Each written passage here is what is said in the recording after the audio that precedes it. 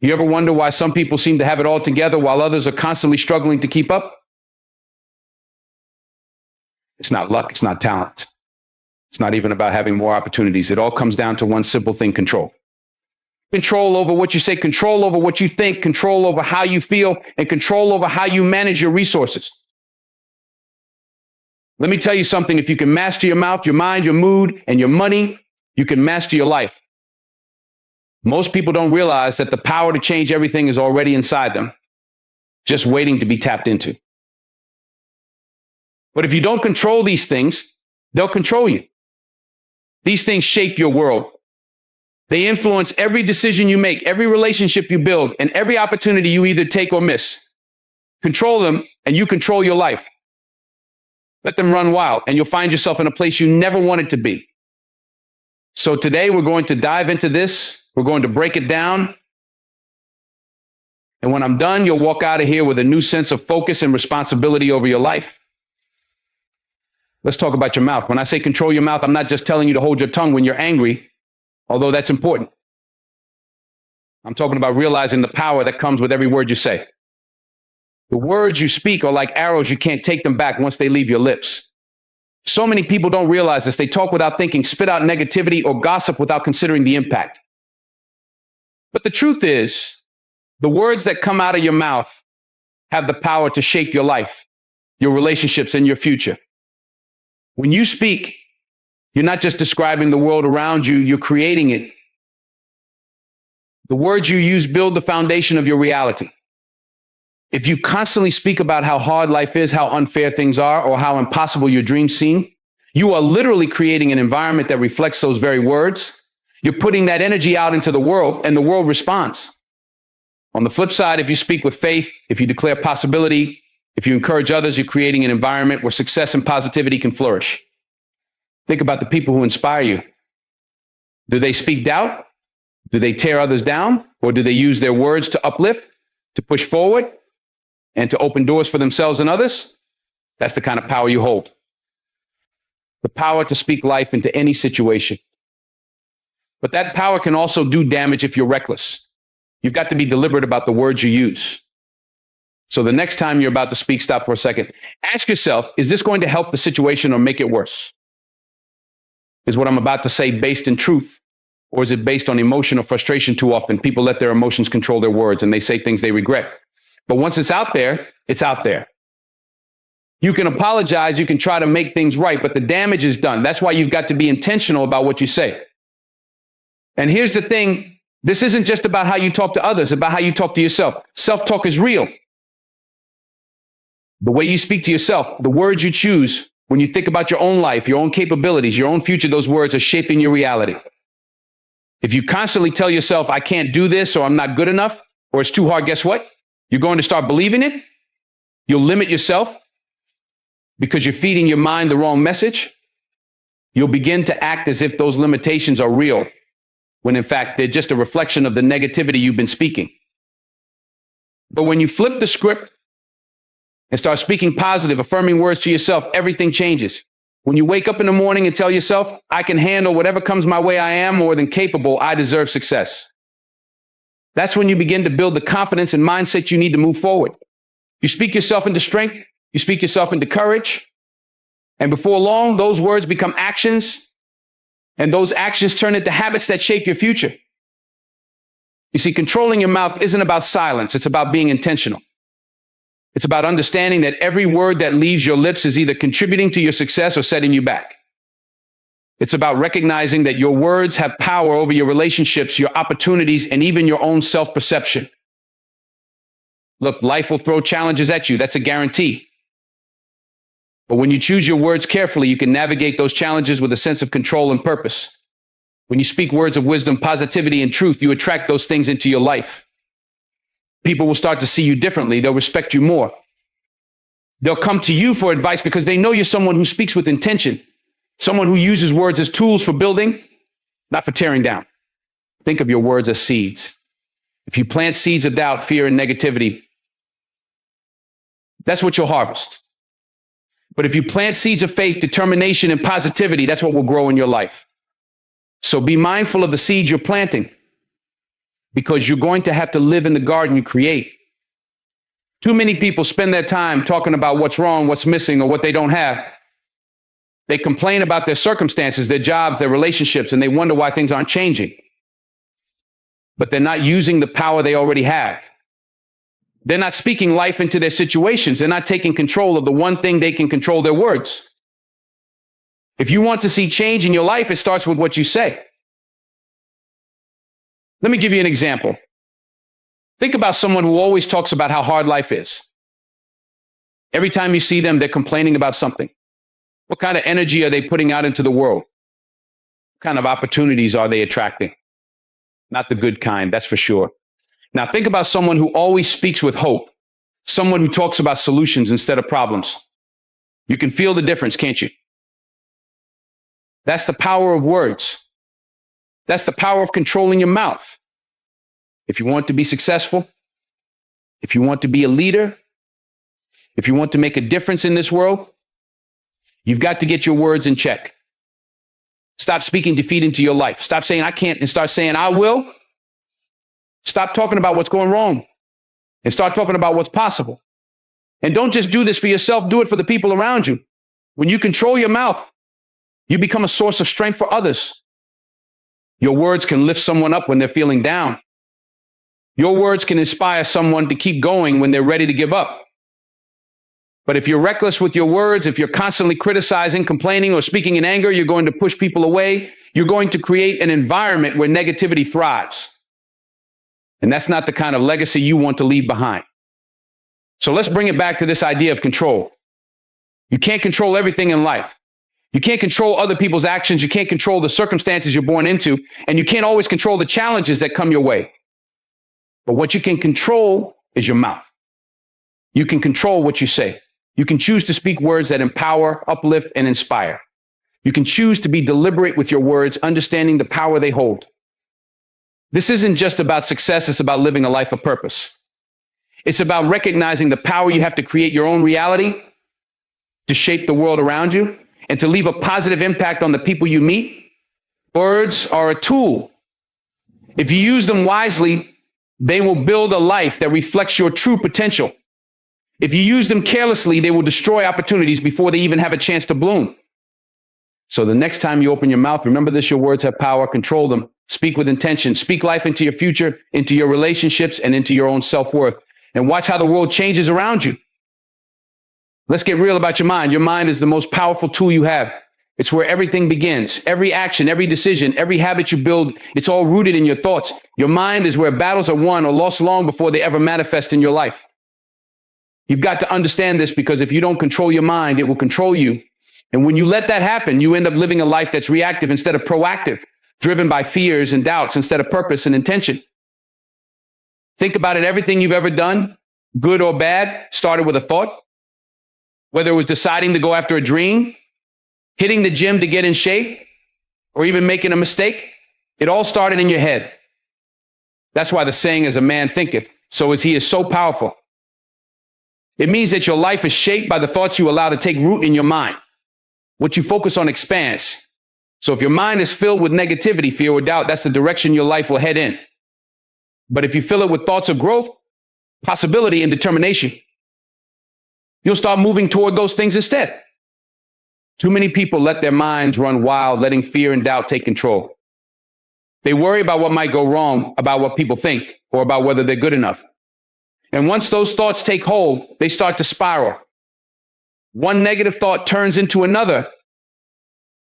And pretty soon, they're stuck in a cycle of self-doubt and anxiety, paralyzed by the very thoughts they allowed to control them.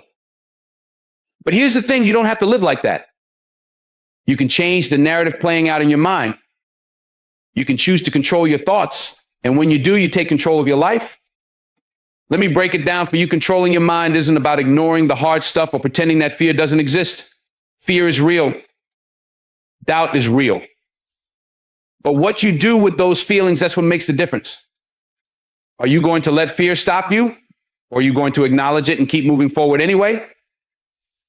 That's the choice you get to make every single day. When you control your mind, you don't eliminate fear or doubt, you rise above it. You learn how to manage it, how to push through it, and how to keep going even when it feels like the odds are stacked against you. This is where discipline comes in. You've got to train your mind the same way an athlete trains their body.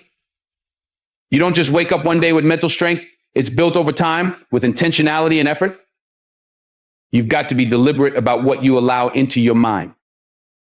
Too many people feed their minds with garbage, negative news, toxic social media, drama, and wonder why they feel so stressed and overwhelmed. But what you consume mentally is just as important as what you consume physically. If you're constantly feeding your mind with negativity, it's no wonder you're struggling to stay positive and focused. So what do? You guard your mind like it's the most valuable thing you own, because it is. You've got to be selective about what you expose yourself to. If it doesn't feed your spirit, if it doesn't align with your goals or your values, let it go. Instead, fill your mind with things that challenge you, that push you to grow, that inspire you to be better. Read books that make you think, that open your mind to new ideas and possibilities. Listen to people who motivate you, who've walked the path you want to walk, and who've overcome the obstacles you're facing. And here's another thing: surround yourself with people who lift you up. The company you keep has a huge impact on your mindset. If you're hanging around people who are always negative, always complaining, always doubting, that energy is going to rub off on you. But if you're around people who are driven, focused, and positive, that energy is contagious too. The more you expose yourself to positivity and success, the more your mind will start to reflect that. You'll start to believe in yourself more, to see opportunities where others see obstacles, and to push through challenges with confidence instead of fear. Controlling your mind also means being intentional about your thoughts.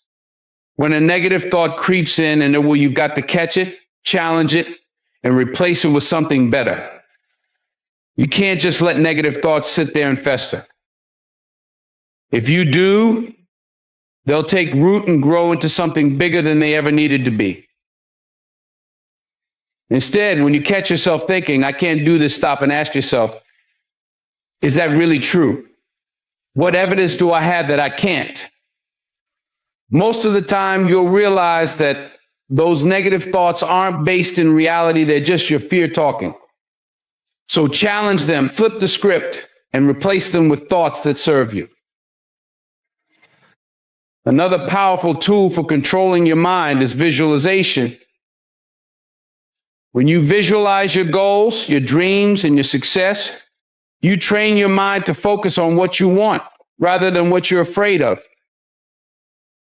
When you can see it in your mind, you can start to believe it's possible. And once you believe it's possible, you'll start taking the actions necessary to make it a reality. Visualization isn't just daydreaming, it's a way of programming your mind for success. It's about creating a mental picture of where you're headed and letting that picture guide your actions. Every morning when you wake up, you have a choice. Are you going to let the world dictate your thoughts, or are you going to take control of your mind? It's easy to get swept up in the chaos of life, to let stress, fear, or negativity take over. But you have the power to choose a different path. You have the power to focus on what you can control, to think positively, and to approach every situation with a mindset that says, I can handle this, I've got this. When you start your day with that kind of intention, everything else falls into place. Meditation and prayer are also powerful ways to control your mind. When you take time each day to quiet your thoughts, to center yourself, and to connect with something bigger than yourself, you give your mind the space it needs to recharge and refocus.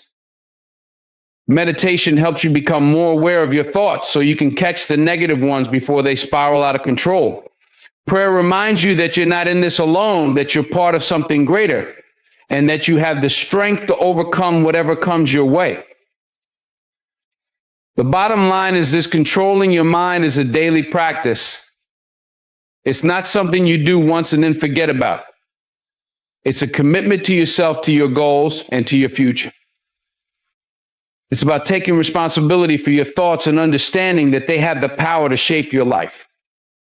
When you control your mind, you take back control of your destiny. You're no longer at the mercy of fear, doubt, or negativity. You're in the driver's seat, steering your life in the direction you want to go. So start today. Start by being mindful of your thoughts. Start by feeding your mind with the kind of information, people, and experiences that will push you towards success. Challenge the negative thoughts when they arise and replace them with thoughts that serve you. Visualize your goals, meditate, pray, and take control of your mind, because when you do that, you take control of your life. And once you're in control of your mind, there's nothing you can't achieve. Now let's dive into something that people often overlook but plays a huge role in how their lives unfold: your mood. Your mood is like the lens through which you see the world, and if you don't control it, that lens can distort everything around you. Think about it. You've probably seen it happen before. Someone wakes up on the wrong side of the bed, and all day they carry that bad energy with them. Every interaction is negative. Every obstacle feels like a catastrophe. They're walking around like the whole world is against them, when in reality, it's their mood that's the problem. They've let a fleeting emotion take over and dictate how they experience their day. But here's what you need to realize: your mood doesn't just happen to you. You have more control over it than you think. Your mood is not some external force that you're powerless against. It's not something you have to surrender to. Your mood is a choice. It's something you can regulate, something you can manage no matter what's happening around you. And when you understand that, when you realize that you have the power to control your emotional state, everything starts to change. Now, let's be clear about something: emotions are real.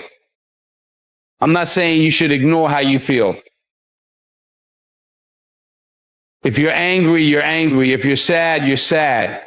Those are legitimate emotions, and they deserve to be acknowledged. But here's the thing: just because you feel something doesn't mean you have to let it control you. Feelings are like waves. They rise, they fall, they come, they go. But you don't have to be swept away by them. You can learn to ride the wave instead of drowning in it. One of the biggest mistakes people make is thinking that their feelings are facts. They wake up feeling stressed or anxious, and they start to believe that their entire day is doomed. But feelings are not facts. Just because you feel something in the moment doesn't mean it's the absolute truth. It doesn't mean your day is ruined or that your life is off track. It's just an emotion. It's temporary. And the moment you start to recognize that, the moment you understand that your mood is fluid and can be changed, you take back control. Here's where you start awareness. Most people go through their day on autopilot, completely unaware of how their mood is affecting them. They let their emotions dictate their actions without even realizing it. They're reacting instead of responding. But when you become aware of your mood, when you check in with yourself and say, wait a minute, how am I feeling right now? You give yourself the power to shift that energy. You become the one in the driver's seat rather than letting your emotions steer the car. Think about it. How many times have you let something small set the tone for your whole day? Maybe you got stuck in traffic, or someone said something that rubbed you the wrong way. Before you know it, you're carrying that frustration with you all day, snapping at people, getting irritated over things that don't really matter. You let that one small thing snowball into something much bigger than it needed to be. But when you control your mood, you can stop that snowball before it gets rolling. You can pause, take a breath, and decide how you want to respond. You can choose to let it go, to not let that moment define your entire day. And that's the key choice. You always have a choice when it comes to your mood. You may not be able to control what happens to you, but you can always control how you respond. You can choose to dwell on the negative, or you can choose to focus on the positive. You can choose to let a bad moment ruin your day, or you can choose to move on and make the best of it. It's all up to you. And when you start to see your mood as something you can control, you stop being a victim of your circumstances. You become empowered. Now, controlling your mood doesn't mean putting on a fake smile and pretending everything is okay when it's not. It's not about suppressing your emotions or ignoring how you feel. It's about managing your emotions in a way that serves you rather than letting them run the show. It's about finding healthy outlets for your feelings and making sure that they don't dictate your actions in a negative way. Let's talk about gratitude for a minute. Gratitude is one of the most powerful tools you have for controlling your mood. When you focus on what you're grateful for, when you make a conscious effort to shift your attention to the good things in your life, it's almost impossible to stay in a negative state. Gratitude forces you to recognize that no matter what's going wrong, there's still something going right. It changes your perspective. It shifts your focus from what you don't have to what you do have, from what's lacking to what's abundant. So when you find yourself in a bad mood, when things aren't going your way, take a moment to stop and reflect on what you're grateful for. It doesn't have to be something big. It could be as simple as the fact that you woke up this morning, that you have a roof over your head, or that you have people in your life who care about you. Whatever it is, focus on it. Let it fill you up. Let it remind you that even in the midst of challenges, there's still something to be thankful for. Gratitude changes everything. Another powerful tool for controlling your mood is your mindset. You see, your mood is directly tied to how you think. If you're constantly thinking negative thoughts, if you're always focused on what's wrong or what's lacking, it's going to be hard to stay in a positive mood. But if you train your mind to focus on the good, to see challenges as opportunities and setbacks as lessons, your mood will follow. Your mood is a reflection of your thoughts. So if you want to control your mood, start by controlling your mind. Meditation and mindfulness are great ways to do this. When you take time each day to quiet your mind, to center yourself, you create space for positive energy to flow in. You become more aware of your thoughts, and that awareness allows you to shift your mood when it starts to go off track. Instead of reacting to every little thing that happens, you learn to respond with intention.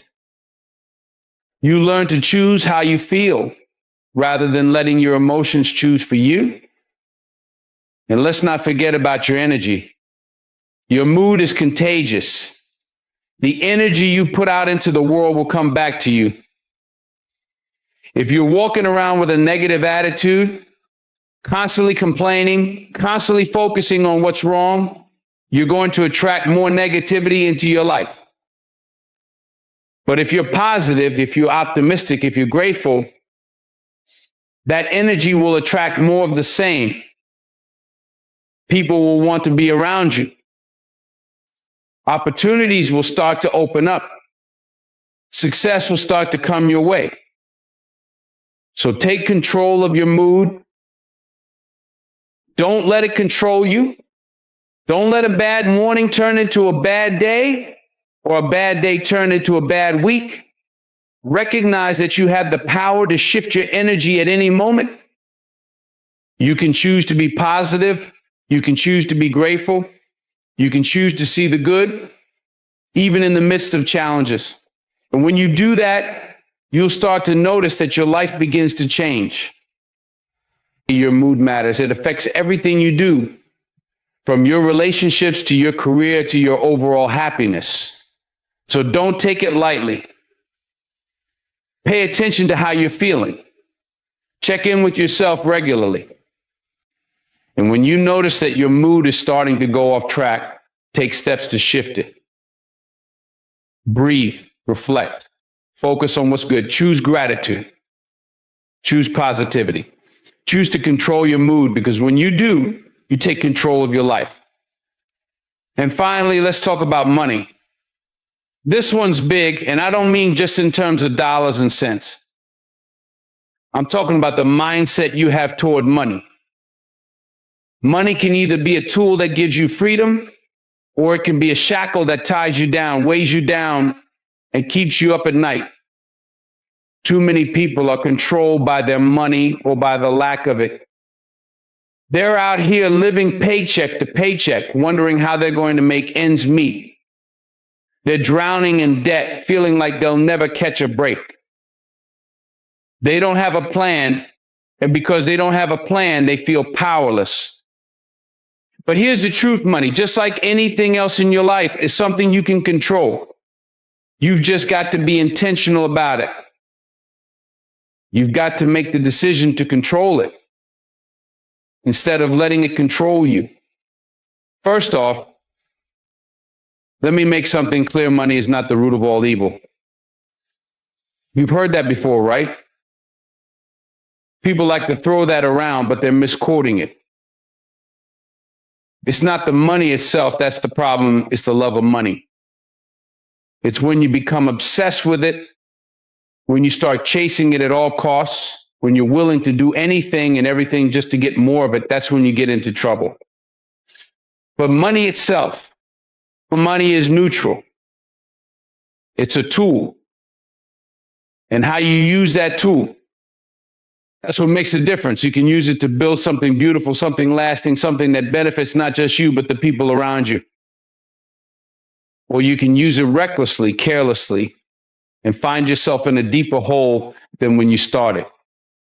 The choice is yours. So how do you control your money? How do you take the reins and stop letting it control you? It starts with a plan. You've got to create a plan for your money. You've got to know where every dollar is going before it even gets there. Too many people out here are just spending without thinking, without planning. They're reacting to every sale, every impulse, every fleeting desire. But if you want to control your money, you've got to be proactive. That means budgeting. That means saving. That means investing in your future. It's about being intentional with every dollar that comes into your hands. Now, budgeting might not sound like the most exciting thing in the world, but let me tell you something, budgeting is freedom. When you have a budget, you know exactly where your money is going. You're not guessing, you're not stressing. You're in control. You're telling your money what to do instead of wondering where it went. And when you're in control, when you're intentional, you stop letting your emotions drive your spending. Let's talk about that for a second. Emotions and money, they don't mix well. How many times have you had a bad day and decided to go out and spend money just to feel better? How many times have you told yourself, I deserve this, and bought something you knew you couldn't afford? Listen, I get it. We've all been there. But here's the thing. Just because you feel like you deserve something doesn't mean you should buy it. Just because you had a bad day doesn't mean you should spend money that's going to set you back financially. That kind of emotional spending is a trap. And if you're not careful, it'll keep you stuck in a cycle of debt and stress. You've got to be smart with your money. You've got to think long term. Don't just focus on the here and now. Think about where you want to be 5 years from now, 10 years from now. Think about what kind of life you want to create for yourself and your family. And then start making decisions that will help you get there. That means saving. That means investing. That means living below your means, even when it feels like everyone else is out there living it up. Let's talk about saving for a second, because a lot of people out here are not saving nearly enough. They're living for today, spending every dime they make and hoping that tomorrow will take care of itself. But tomorrow's coming whether you're ready or not. You've got to prepare for it. You've got to save for it.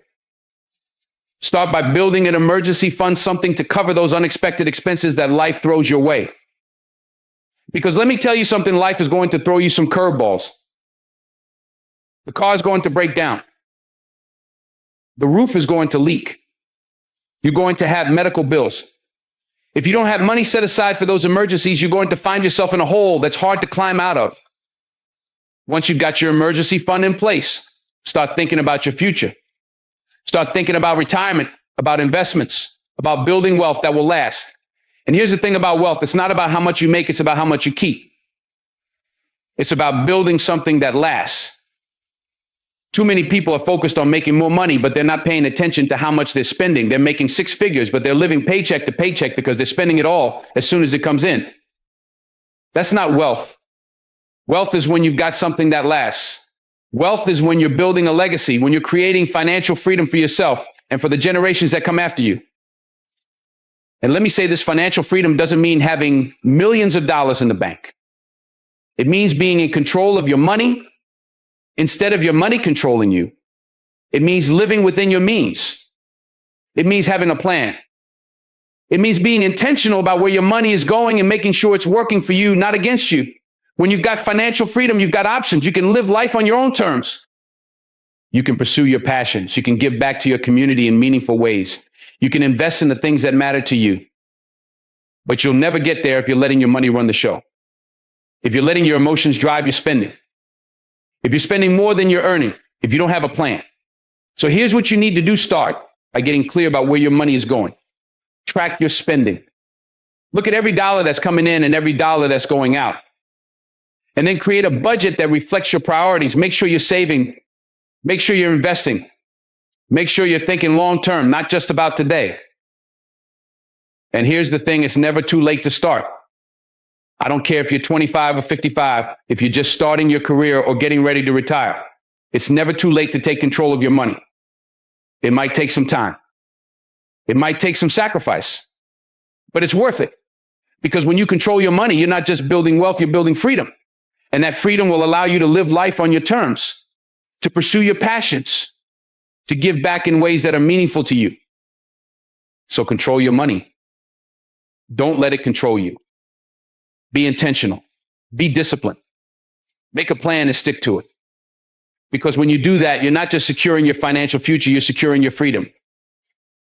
You're giving yourself options. You're creating a life that's not defined by stress, by limitations, by debt. You're creating a life that's defined by possibility, by opportunity, by abundance. And that's a life worth living. So take control. It's your money. It's your life. Don't let either one slip through your fingers.